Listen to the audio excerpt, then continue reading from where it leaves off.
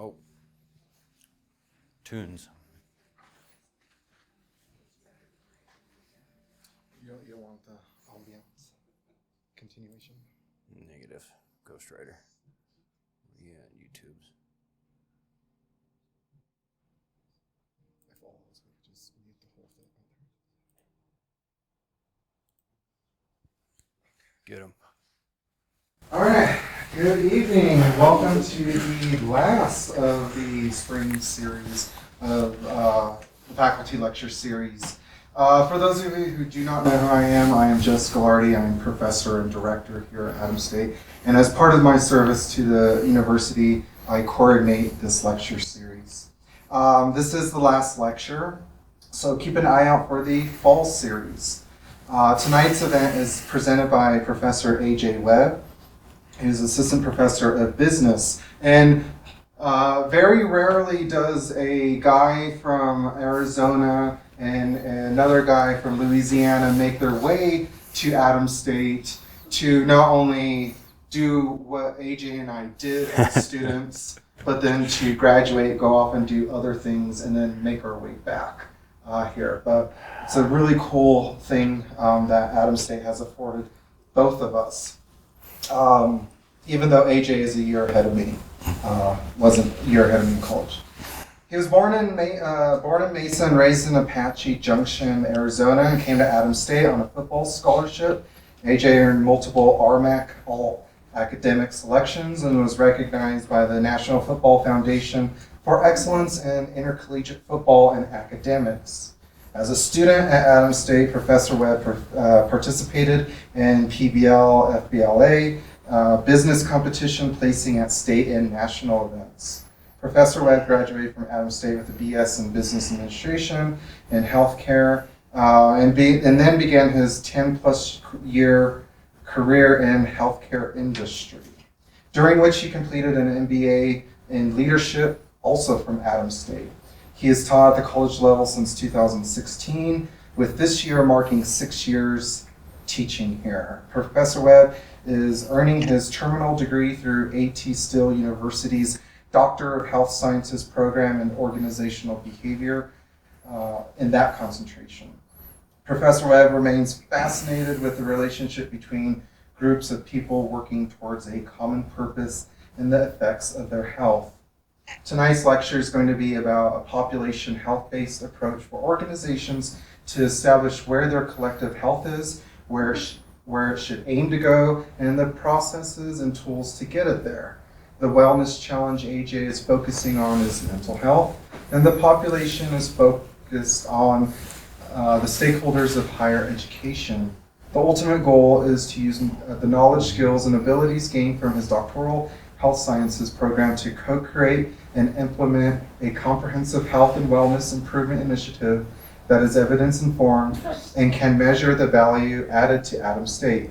AJ suspects that a co-aligned effort aimed towards a vision of stakeholder well-being on this campus can transcend the flash in the pan, mood-dependent, and unfounded wellness program gimmicks. It will not be easy. So, buckle up. It's going to be a bumpy ride with a lot of knowledge bombity bombs dropped. So, help me in welcoming my friend, Professor Webb. First, thank you all for coming, those of you that I get to share the classroom with, those of you that I've got to call colleagues, friends, coaches. Thanks for making the time. It really means a lot to me. I think I need to chop some of that intro off because I've enjoyed doing these faculty lecture series as the sagely advice of Alex Vernon, sign up for it, then you got to go do the work. And I really haven't done the work to completion to how I would prefer it to be. And I've had to take a different approach to these faculty lecture series and think about them as snapshots along my journey in my doctoral program. And, I had the good fortune of attending Cecilia's lecture last week. She did a terrific job. She's also interested in well-being. And it was very, I really enjoyed seeing you go through the completion and to talk about everything. And I got a little anxious because comparison can be the thief of joy. But the truth is, I'm not where I'm going to end up yet. And these also take a lot of effort for me to really start mulling over all the things that I think in my wild little brain. And so I doubled up on this when I parlayed it with some homework that's due for me in my doctoral program. And well, we'll see how it goes. Okay, go ahead and go to slideshow mode. Again, thank you very much for spending some time with me. Okay, so picked mental health in particular because I knew that this would be in May, and May is Mental Health Month. I've had the good fortune of working for a behavioral health facility before. That's when I got first affiliated with mental health, health promotion, had a very rich career being a part of that particular system and working to address community health needs. Now, I'll unpack that a little bit as far as some of the paradigm shifts that I've had. But as far as cooking up a title, promoting mental health, and so it came, about a little bit of a clunky title, but I've kind of crossed that out. And I'm focusing on well-being, and I'm going to unpack that, exactly what that means, and try and be a little bit more precise with my language, in particular when it comes to these advanced stages in my doctoral program, things that I can measure, how I got to tie everything together.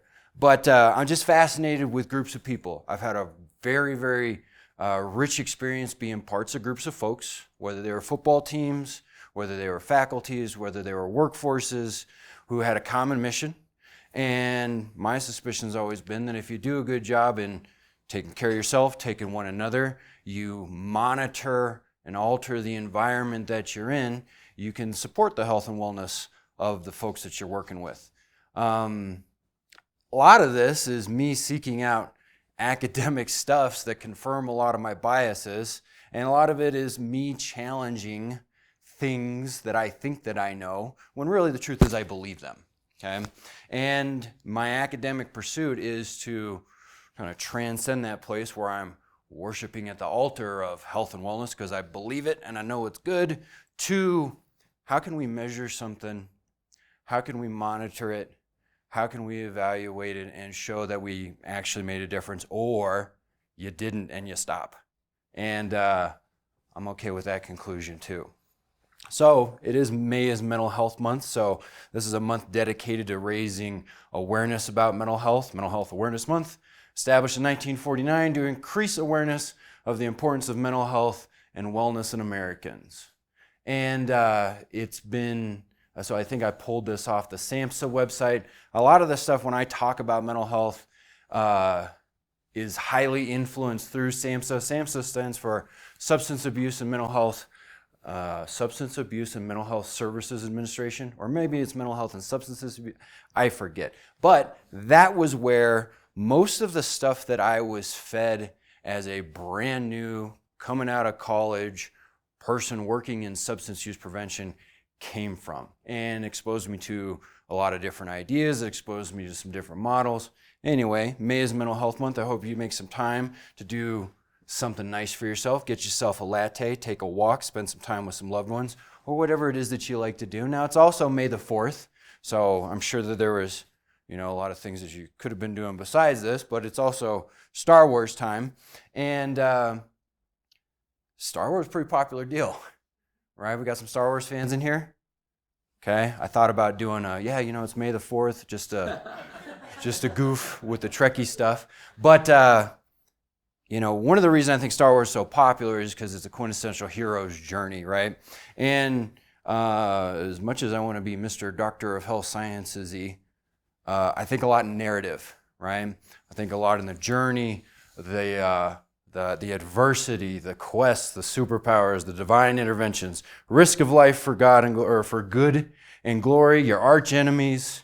And then you go slay the giant, you go slay the monster, and you bring home the treasures to your people. And I think that those stories are well emulated through these, and that's why they resonate with us. That's why the Avengers resonate with us, Batman, all these different stories, these different narratives. And so I think about my own narrative. Okay, I don't necessarily identify with old Luke Skywalker, but I'm a pretty furry guy. And I can identify with Han Solo, this kind of rebel type, converted gun for hire, works to be a part of the rebel effort. And he's got a pretty sick whip. He's got the Millennium Falcon, so he's able to bust it out in 12 parsecs or whatever the hell it is that he says. And that's how I hope at this stage of my academic pursuits and career is to be of some service to Adams State, to mental health, to the health and wellness of the folks that I encounter, whether they're students in the classroom or something I might be able to do here on campus. So that's kind of where, so I just want to give a little nod to all the May the 4th. I've had some terrific lived experiences, right? I grew up in a bit of a chaotic household. I'm blessed for all the things that I did experience. Not all of them were terrific, not all of them were easy, but I was very blessed to have sport in my life, to have caring adults that said, hey, Webster, why don't you come and do this thing, right? We're going to push a ball across some lines and maybe we'll put a ball in a hoop. And you're going to be a part of a team. You're going to be a part of a group. There's going to be caring adults that are interested in your academic success. They're going to be interested in you taking care of yourself. And it was such a blessing for me because it filled a lot of needs that I had, right? And when I think about a workplace or an organization, I think about those opportunities there where there might be some needs for our own personal health and wellness that they may be being met very well and they may not be being met very well. But if, and this is where my organization behavior and my, and that particular concentration, like what can we do in a workplace, okay, to make it a little bit better for our stakeholders? And what exactly does better mean?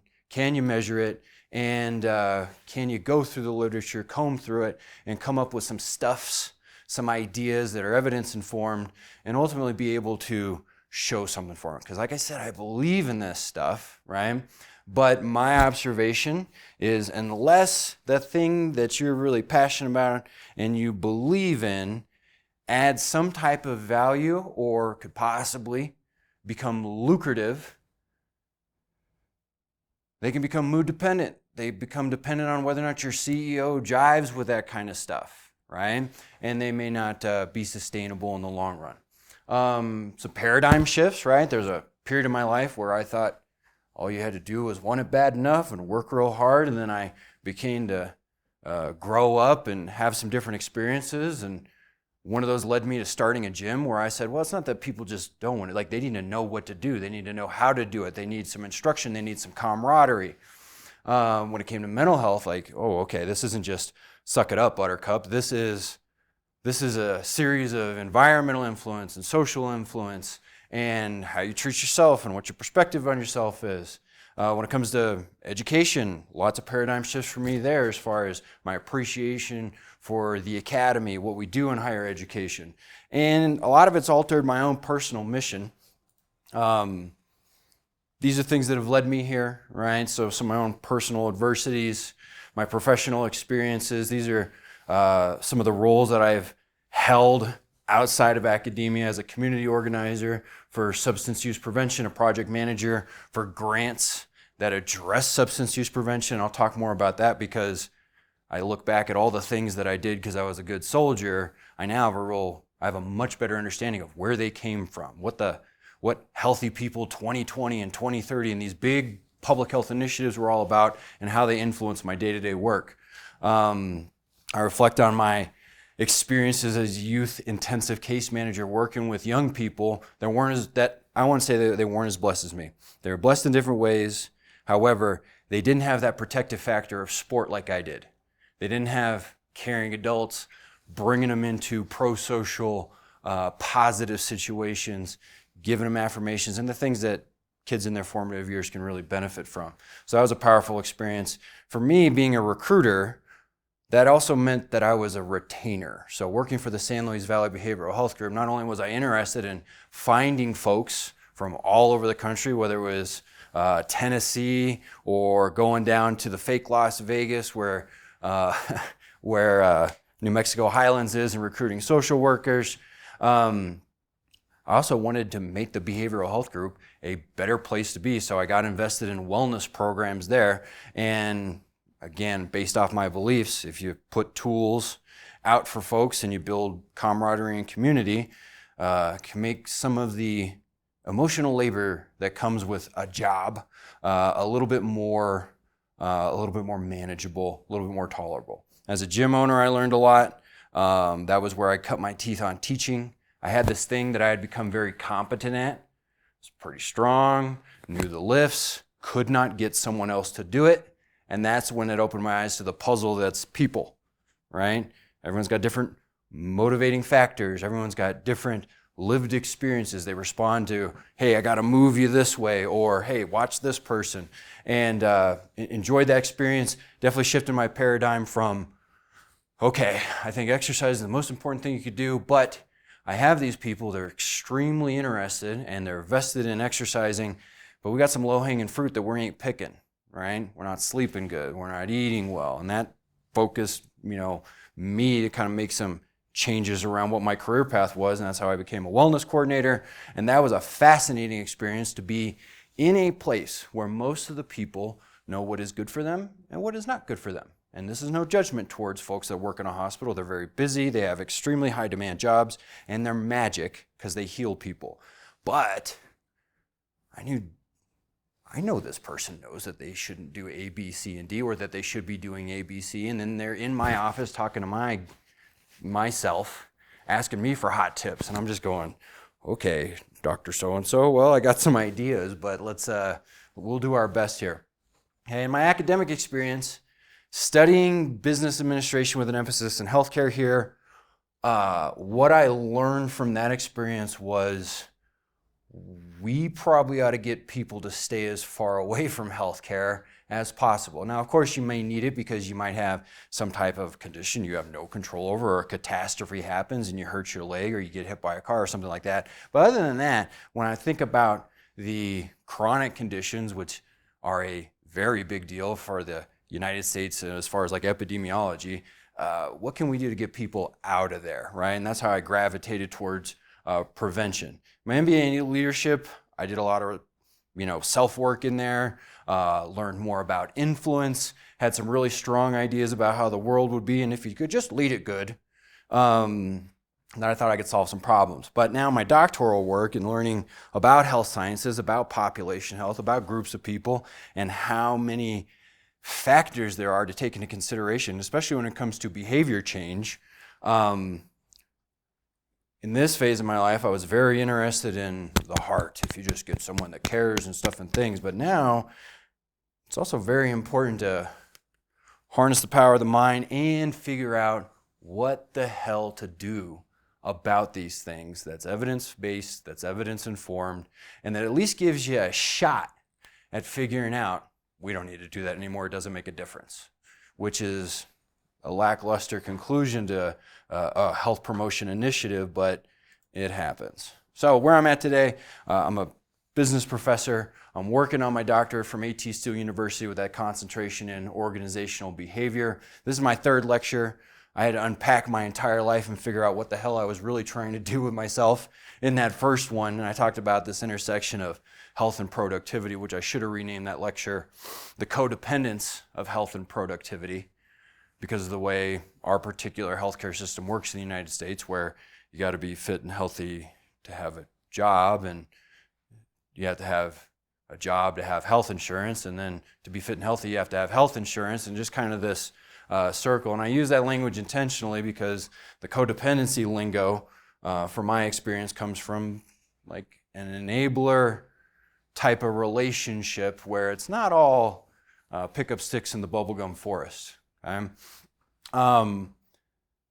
Next one was, hey, how do you go about putting into your stated set of values something to do with the health and wellness of your stakeholders, the health and wellness of your employees, and what does that look like? And if you start fishing around, it's not an uncommon thing to see when you go to the About My Business page and you go to the value statement and you see there's something in there. Now, to what degree a business or an organization is walking that walk, well, there's a little bit more variation there in my observation. Okay, this one, okay, promoting body, mind, and spirit wellness for an organization's stakeholders. So I had to really think about, hey, what is important for all of us here at Adams State, who are our stakeholders, and how do you go about making an impact on that?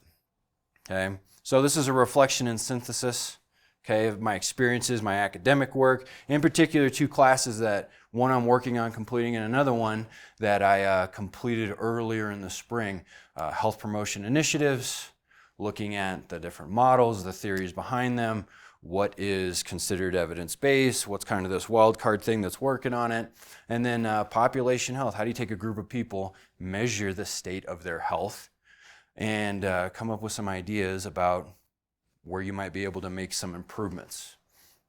And that's what's working on.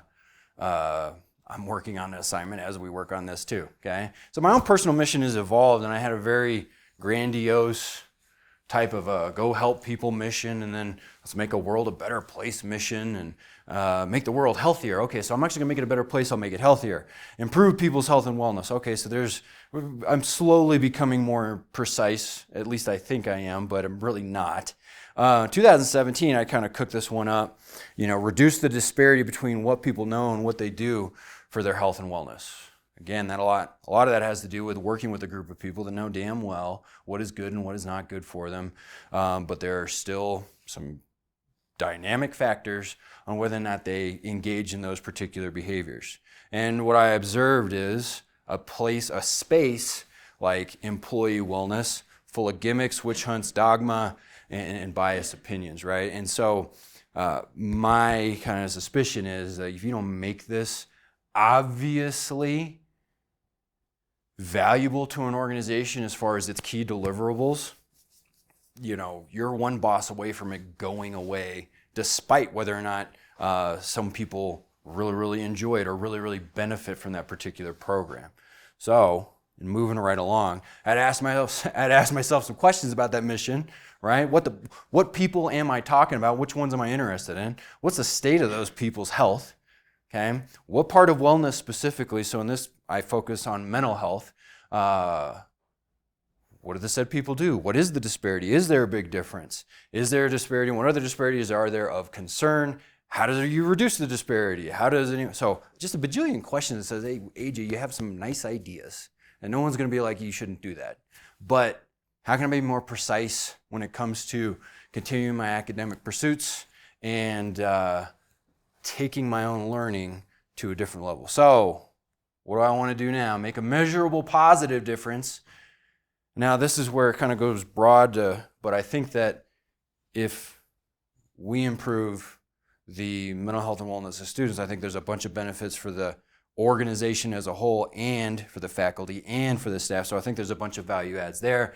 But I was very interested for a while about burnout in healthcare service providers, nurses, licensed clinical social workers, doctors, PAs.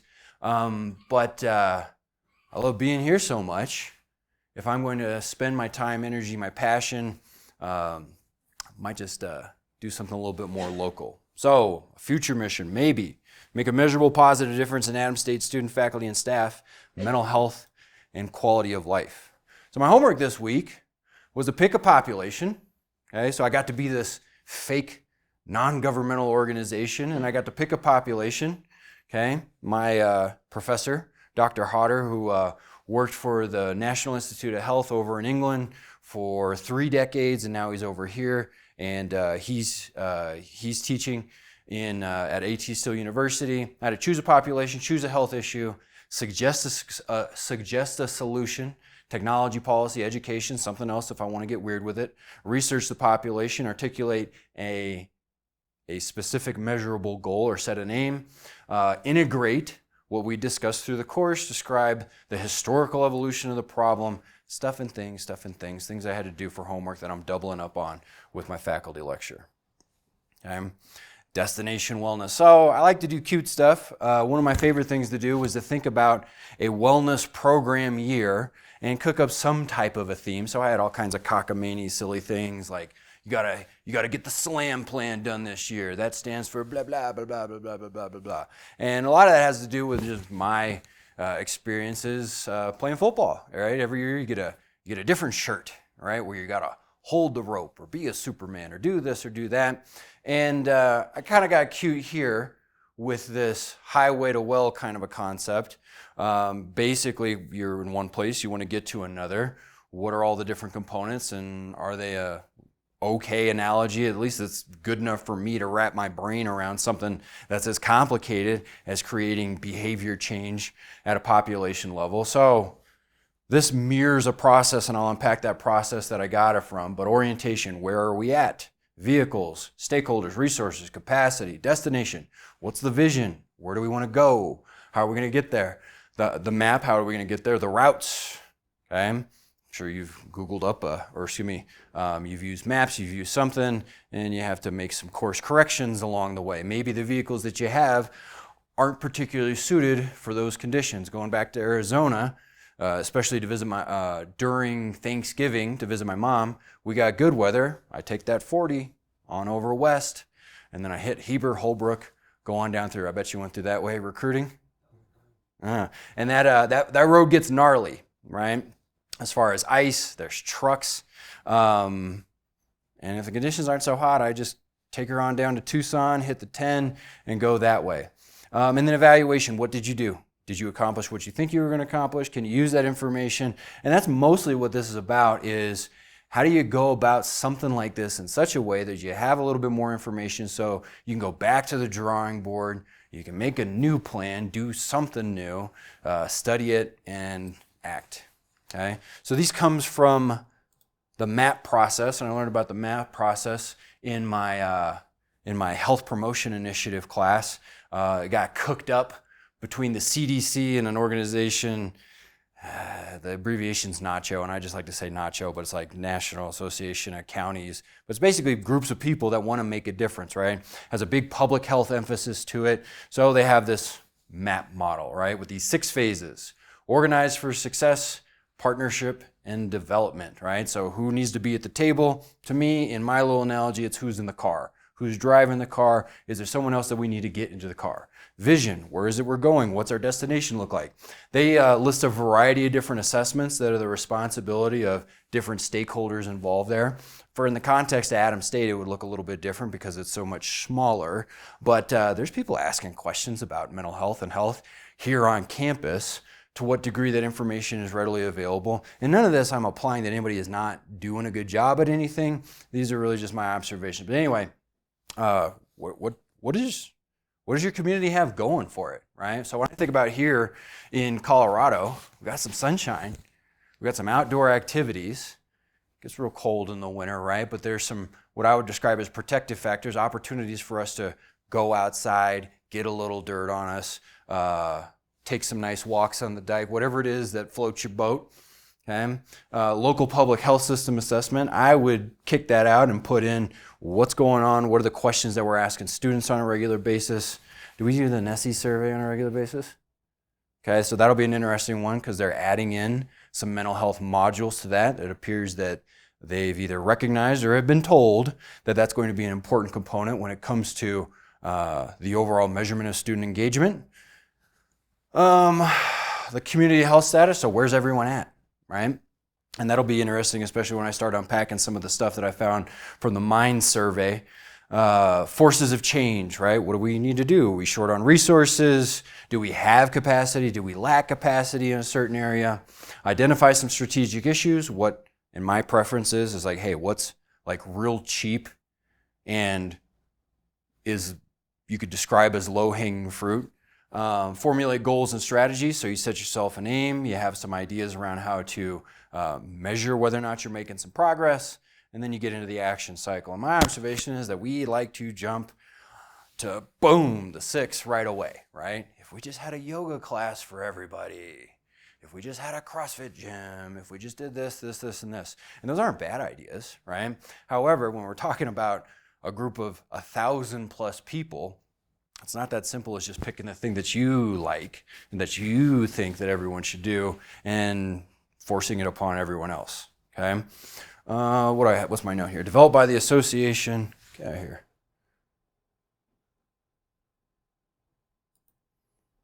of the county and city health officials in collaboration with the Center for Disease Control and Prevention. Here's a picture of it. It's got a graphic. What you have are the 6 phases right here, and it's surrounded by those 4 assessments. So they're basically saying, like, look, if you're going to get some public health dollars, if you're going to use some state and federal funds, you got to have your you got to come correct as far as what your plan is. I was very blessed that I just had to sit through strategic planning processes while working under grants. And then once that was all handled by the smart people, then it was just my job to go make sure to go and do those things, to make sure that they were done to fidelity, right? So when it came to picking out interventions, right, I'd have like ideas that I thought were good ideas. I remember sitting down with my supervisor, having that first conversation where I looked silly, where I said, hey, because we were getting ready for prom, right? So Alamosa and the San Luis Valley has done a pretty good job with things like after proms, right? Coach Wass, were you a part of some of the Alamosa High School after proms? What were those like? They were good, engaging kids. Yeah. Got the parents involved. You get the hypnotist up there, right? Get people acting weird and doing some fun stuff, right? And these were some activities that were designed to say, hey, come to this thing after the dance. We're going to give away some DVDs and some mini fridge, or at least those are interesting things the times that I was being a part of it. And they gave students something to do besides go get hammered and possibly make a bad decision, especially when it comes to maybe driving a vehicle or something like that. So anyway, we've got this prom season coming up because I had just started working for them in February, and it's maybe my second supervisor meeting. I'm like, yeah, let's get that fiery car crash replica going. Let's get that going, right? We'll have the ambulance come in, and to be informed, like, not the worst idea, AJ, but there's some evidence that suggests that scare tactics aren't as effective and people don't respond to them the same way. And in fact, they can even be counterproductive because you have this group of folks that are on the bubble on whether or not they're going to do those things. And maybe they've gotten them behind the wheel of a car intoxicated before. None of that fiery car crash stuff happened. So anyway, a lot of hard lessons for me there as far as picking out different interventions and basically just having to wait until they've edited out. The people that were above us as far as monitoring the grant said, hey, yeah, these are things that you can do, put them in your work plan, and then go get after them. Some underlying principles, okay, based on a broad definition of health. So I had to take this and make it more precise when we're talking about Adams State, we're talking about mental health, this dynamic state of complete physical, mental, and spiritual well-being. They emphasize shared responsibility, right? Multiple stakeholders. I'm a big fan of what we did as the San Luis Valley Prevention Coalition because it was very satisfying work to be a part of, to see a group of people that don't always have the same interests in line, but they had for lack of a better term, the guts to come to a table and play cards face up when it came to addressing this series of challenges that we were working with: alcohol, tobacco, and other drug use, things like that. So a very satisfying experience as far as people sharing responsibility, people jumping in, people making sure that things weren't being repeated unnecessary, right? I can think about a time where, Chief Dodd at the time was getting real excited about doing some compliance checks at our liquor stores. And we had a member from the sheriff's department said, actually, we have a guy from the state. They come down, they do the stuff. And then the next thing you know, that's a better situation because we're not taking up all the community resources in a silo doing your own thing. Okay? Strategic planning, taking a systemic focus. So this is something I'm fascinated in when it comes to a complex task. What is it that you're able to actually measure? Is there evidence that suggests that if you do A, B, C, and D, that it could impact that?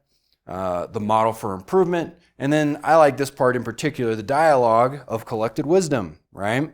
Because the people that are dealing with particular challenges, as far as it's their responsibility to distribute resources and create action plans, they may not have the same lived experiences, they may not live in the same socioeconomic conditions, have the same ethnicity as the folks that are being affected by that particular health issue. Okay, so this is me adapting this, and I got a lot of work to do here, but it was enough for me to wrap my mind around as far as an analogy for that. Orientation, where are we at? Vehicles, what do we have? What's the capacity we have? Where should we go? What does the vision look like for an Adams State campus as far as students accessing resources, students being aware of the resources, faculty having that as a tool, whatever that looks like, so that they can recommend those resources and they have a pretty good, idea about what's going to happen next, so you can guide someone that's having some challenges in a class to accessing those resources. What are the routes? Do you maintain fidelity to your plan? What adjustments do you make?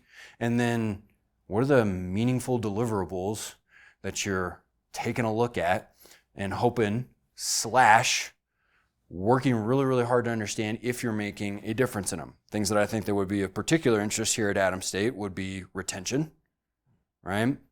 So if we're able to make an impact in some of these mental health challenges, students are able to get the access to those resources, maybe they don't have to stop going to college. Because that can be I really think about the COVID era.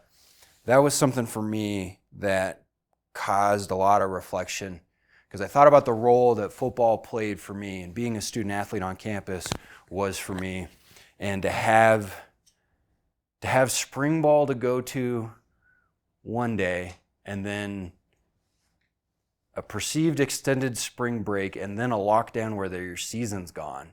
My heart goes out to the folks that had to experience those things, and I don't know what would have happened to me. I hope it would have panned out, but I don't know. Now, got time to play precision here with something that's not so easy to be precise with, right?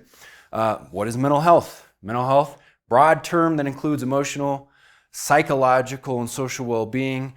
This is from the Office of Disease, the Disease Prevention and Health Promotion.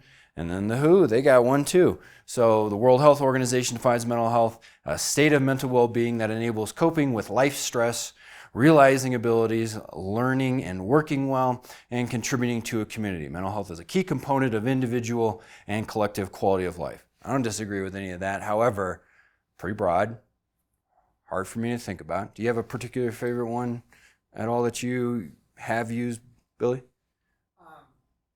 Definition of mental health. Yeah. I'd probably stick with that first one. Colleen? Anything in particular?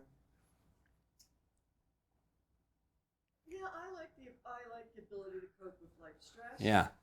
I do like that piece from the bottom, but I agree with you, that's a good thing. Okay. Not a real hard, for me, not a particularly easy thing for me to wrap my brain around, especially reading through here and then seeing that there's these slight variations, right? Because when it's precise and laid out, I'm a good direction follower, right? So this is a little bit more abstract. This is something that's helped me think about mental health as dual continuum. Got popped out by a fellow named Keys in 2010. Some folks worked to validate it. I would defer to, I don't know, I'd love to run the numbers by Alex and figure out exactly what the hell does validate mean.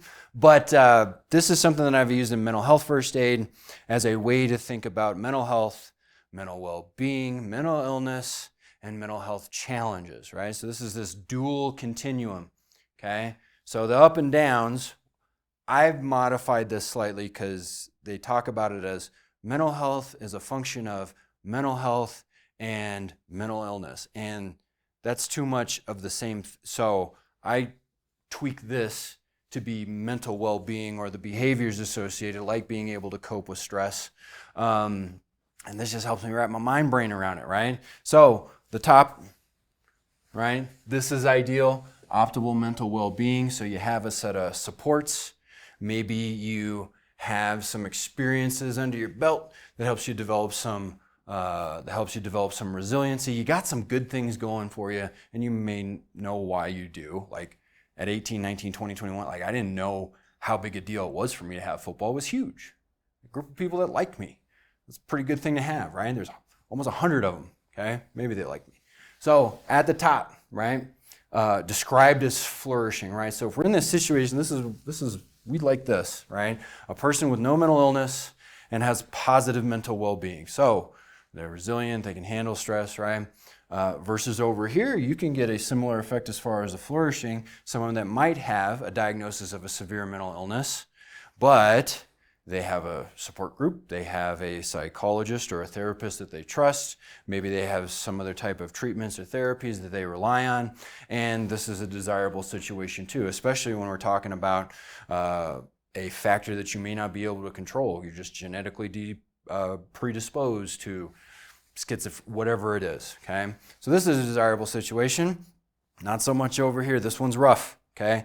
A person with a severe mental illness, with poor mental well-being, and this one seems to be problematic too. A person with no mental illness, but poor mental well-being. You haven't developed the skills, you don't have the support. And there's a variety of different reasons you could end up anywhere on here particularly, but as far as conceptualizing, what I think that an organization could do is, can we move people up, right?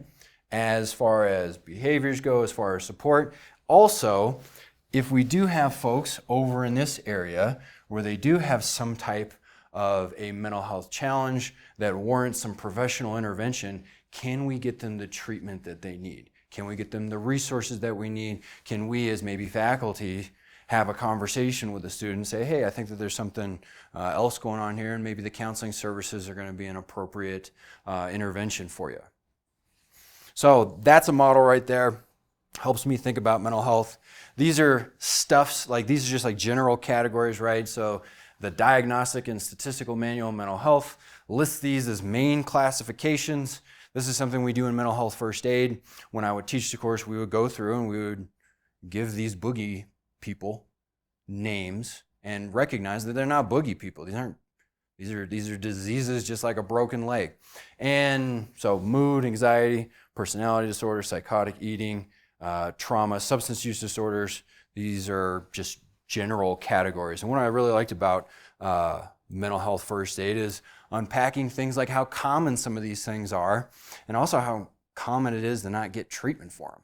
So mental health challenges affect people of all ages and ethnic groups. Now, it's not like, oh, it's an equal distribution. It's not, right? There are different groups of people that have significant disparities in these particular categories, so I think that's an important thing to acknowledge, right? So we're talking about the 330 million-ish people, approximately 50%, will be diagnosed with a mental disorder during their life. Estimates suggest that only half of those folks go and get some treatment, right?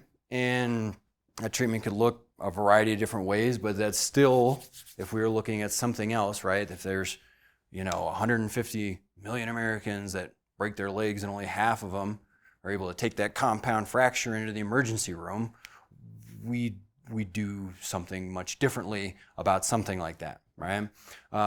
Untreated mental illness has severe individual and societal consequences, including unnecessary disability, unemployment, substance abuse, homelessness, inappropriate incarceration, suicide, and wasted lives, right?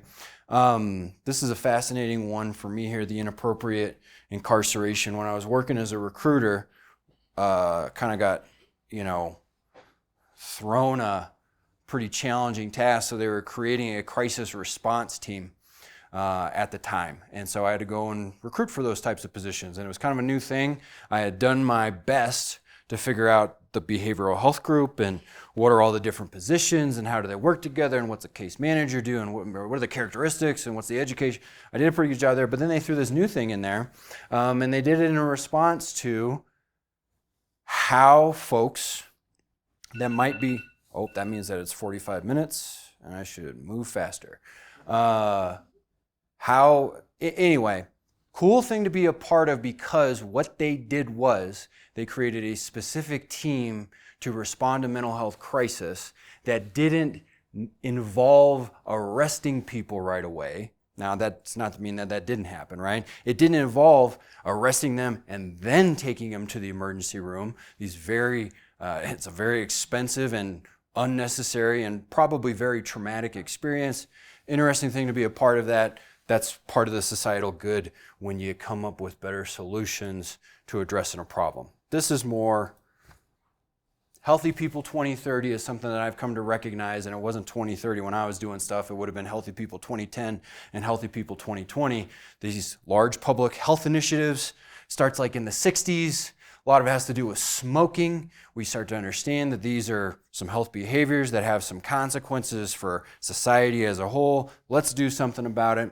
And then for every decade, they would say, hey, what are we going to do about it? And how are we going to measure any progress, right? So if you're, I don't expect that you'll be bored and want to go and fish and goof around in here, but if you go to the Healthy People 2030, you can fish through all different types of, they describe them as objectives. There's over 1,200 different objectives that they talk about as far as getting people from one state of health to the other. The ones that they're most interested in, they describe them as key health indicators. People with mental health challenges who receive treatment, reducing suicide attempts, reducing suicide rates, and they're particularly interested in adolescents and children, right? I would probably, well, I think there's a couple reasons there, and it also overlaps with why mental health in college is kind of a big deal, because it's not uncommon for these things to start to express themselves in these formative years. So here's college enrollment, right? So now I'm getting a little, so that was America. Now we're talking college students, right? So what we have here, I believe these are graduate students. They're chugging right along. We got some, whoa, what's going on here? We got a total enrollment here. But if this is accurate, we're looking at 19 million college students, and that's quite a few college students, okay? A significant part of the population. Here in Colorado, we're talking, where's the number at? 362,000 plus college students here in the state of Colorado, of which Adams State's got a chunk of those. Some more enrollment stuff. So this is really just me making a case for mental health interventions. Now, this is information from the MIND study, right? So these are statistics that show an increase in the prevalence and incidence of mental health challenges, right? So any depression, we see this increase. So I just took it from 2011. Some of them, they have data back to 2007. Some of them, they start in 2013. But quite a big difference there, right? So my main point with this is these things are requiring, they're increasing demand for certain services on college campuses, right? Now, based off of what we just saw on enrollment and some of the trends there, I think it's a safe, like a decent statement to say the demand for services are going up and the capacity to deliver those services probably are getting outpaced. So, few graphics here, right? So this helps me. I look at the chart, I go shark eyes, right? I don't know what's going on. Those are all numbers, right? So this is any depression over a year's time. We go all the way back to 2007 when Jess and I would have been palling around campus, going to church and doing, like picking up litter and all the stuff that we would be doing, right? Go from 22 up to 40.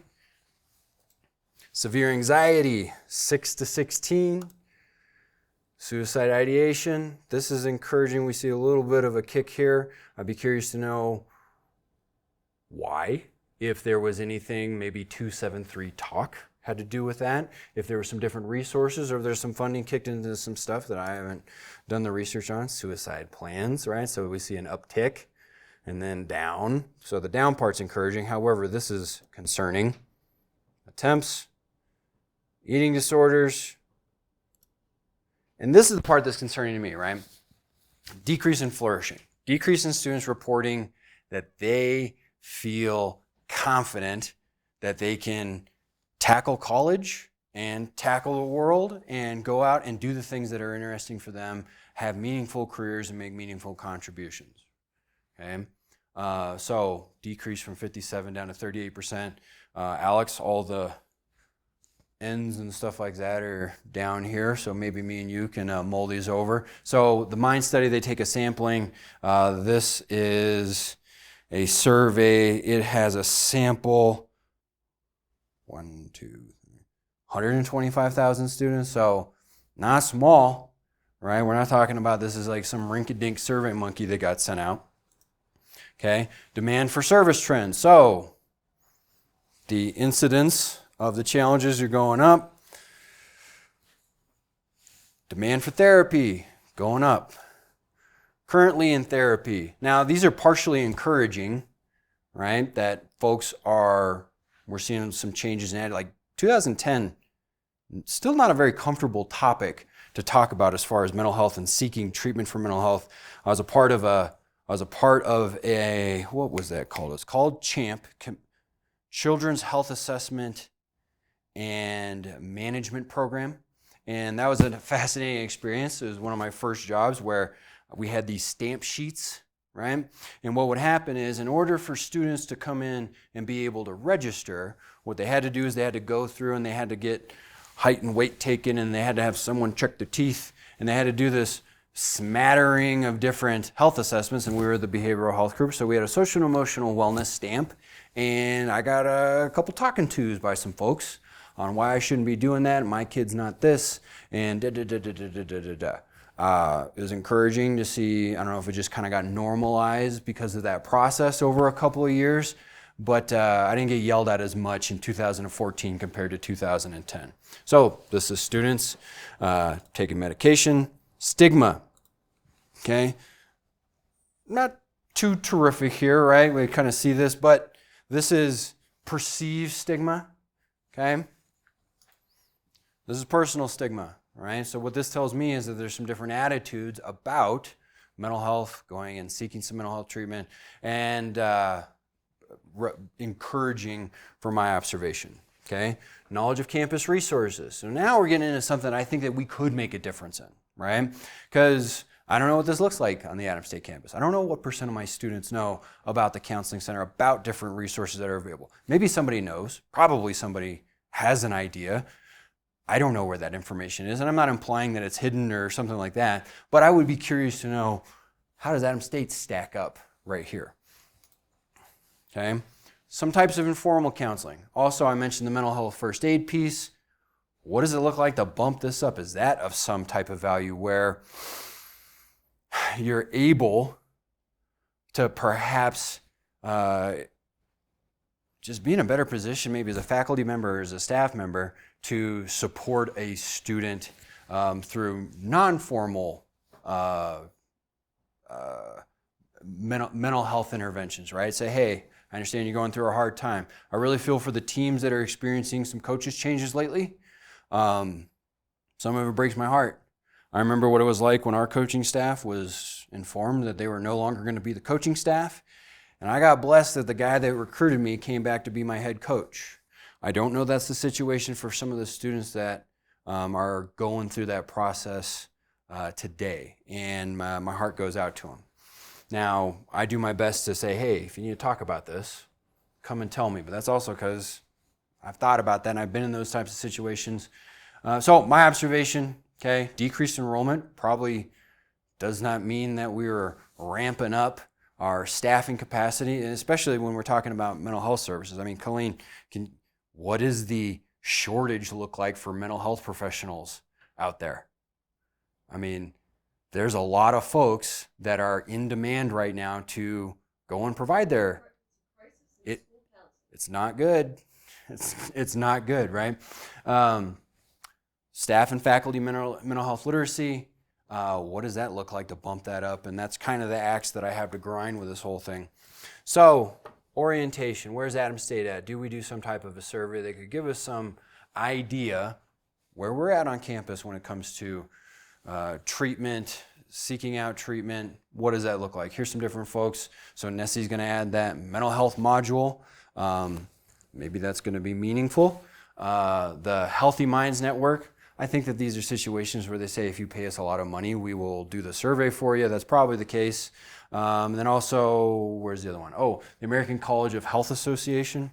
That was an interesting one. Early on in my career, they would gather that data, and then our epidemiologist would crunch some numbers and give a report back to Adams State. I don't know if that still happens.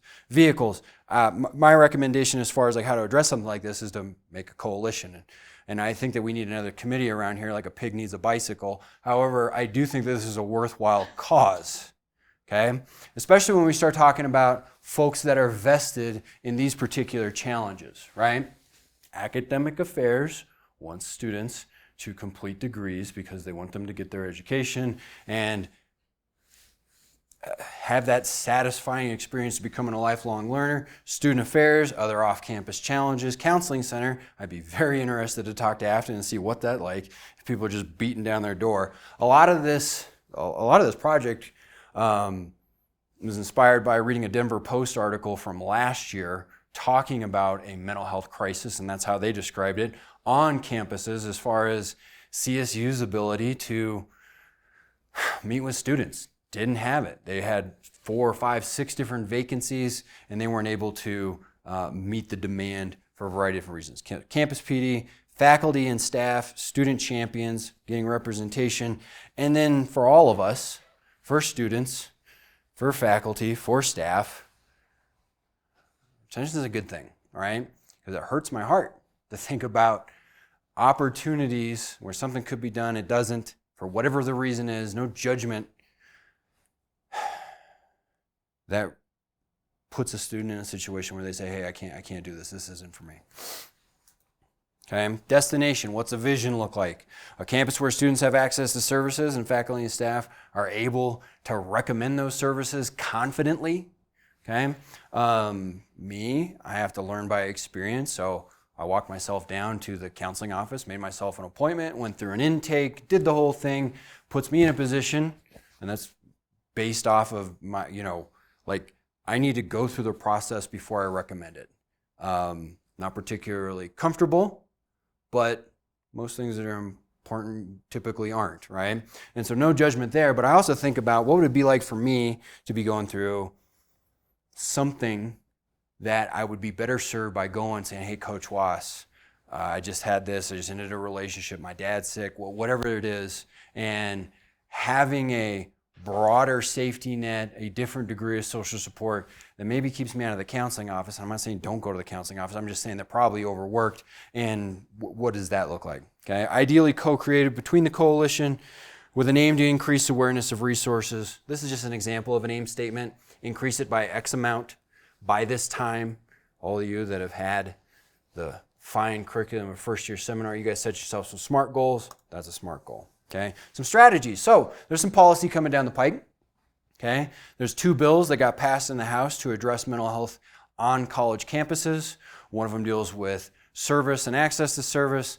Another one deals with establishing programs. And when I say establishing programs, I think that means that you got to use a model like the MAP model, just like we have. I'm sure that there are requirements here for fire drills and safety and stuff like that, things that we have to make sure that we do our due diligence, make sure that they happen. I wouldn't be shocked that you get some cash thrown our way and you got to play ball as far as the how those things are implemented and monitored, and do you have measurable results.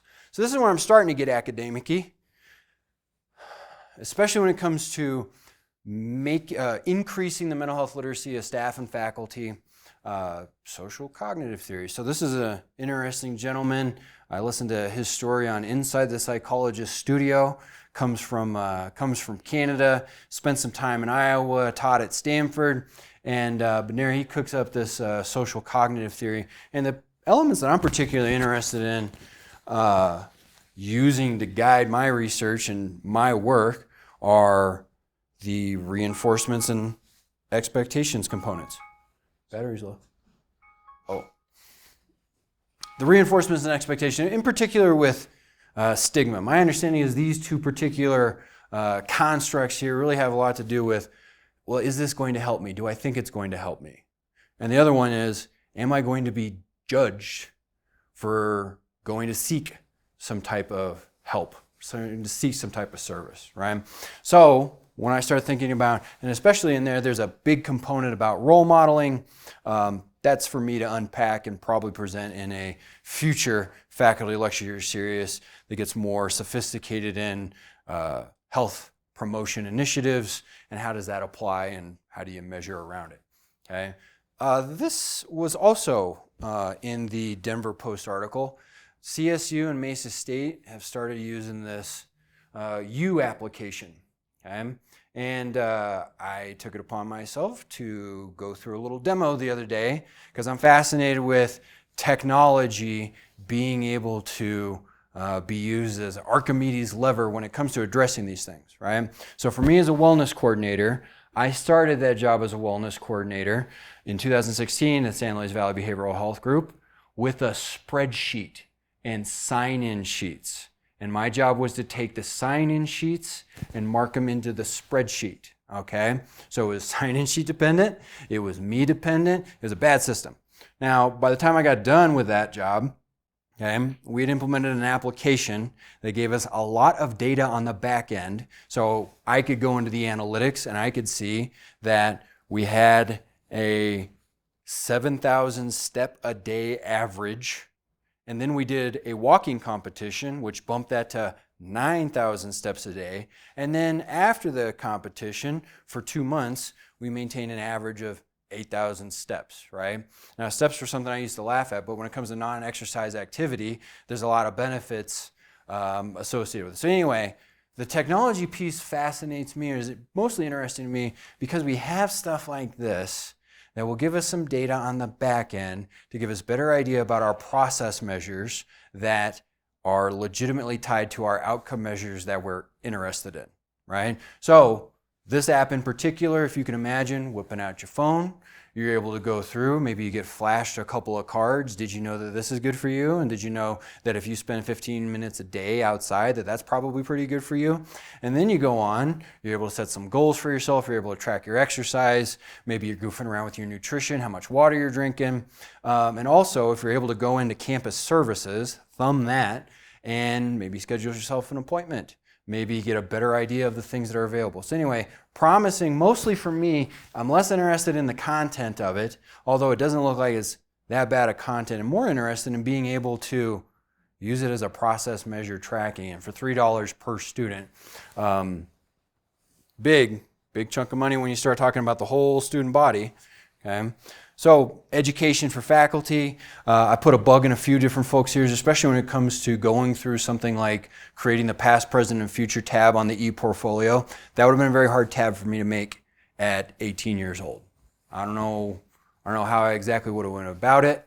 I don't know what traumas that would have stirred up in me. I don't know how it would have went. And I might have needed to talk to somebody. And if that person wasn't actively going, if this bothers anybody, you need to talk, I don't know that I would have.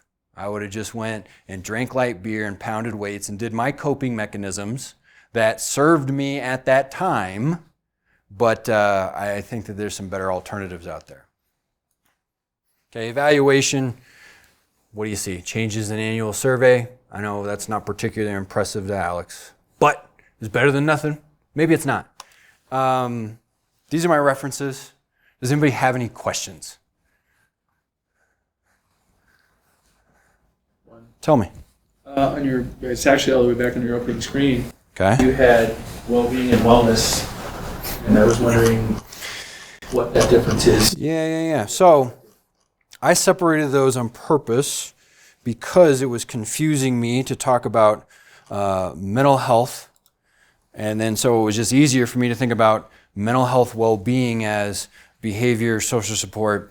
I use SAMHSA's definition of wellness as and I dumb it down for me, the process of knowing what you need, where to get it, and the agency to go get it, right? So I don't really like talking about wellness as this like end state. I like talking about it as a process, right? So Alex and I have a little fun joke. When I ask him how he's doing, he might tell me, what's your funny reply? Better than average, right? So that's funny for him because he's a quantitative fella. My answer is I'm doing well. And I used to lie to people and say I'm great. And some days that wasn't true. And so I modified it to well because what well meant to me was I might not be doing good that day, right? Like I don't know. I mean, I don't look like I'm scared up here, but I was terrified before this started, right? I've been bundle of nerves all day, right? But I'm hammering this PowerPoint slide. I've gotten some advice. I've gotten a little bit of guidance. I've been engaging in the process that is what I need to be successful in this particular area. So, as far as the difference between, what was the question again? Really, the difference between wellness and well-being. Well, I like the wellness definition. I plugged this in here in particular because I knew I would be talking about mental health, and then on that continuum, the well-being would be associated with the behaviors and the social support and the environment. So I don't know that I have an answer for the difference between those two things. It just struck me that you crossed the one off, Yeah, put the other one on there, like maybe wellness was not the term. this is not an anti-wellness message, No. right? But it's also, that's how I talk about it, so I grind that axe. And I don't know that that did this particular presentation justice, so I moved it to well-being because I knew I'd be talking about it using that continuum. That's a good question. Thank you. Other question?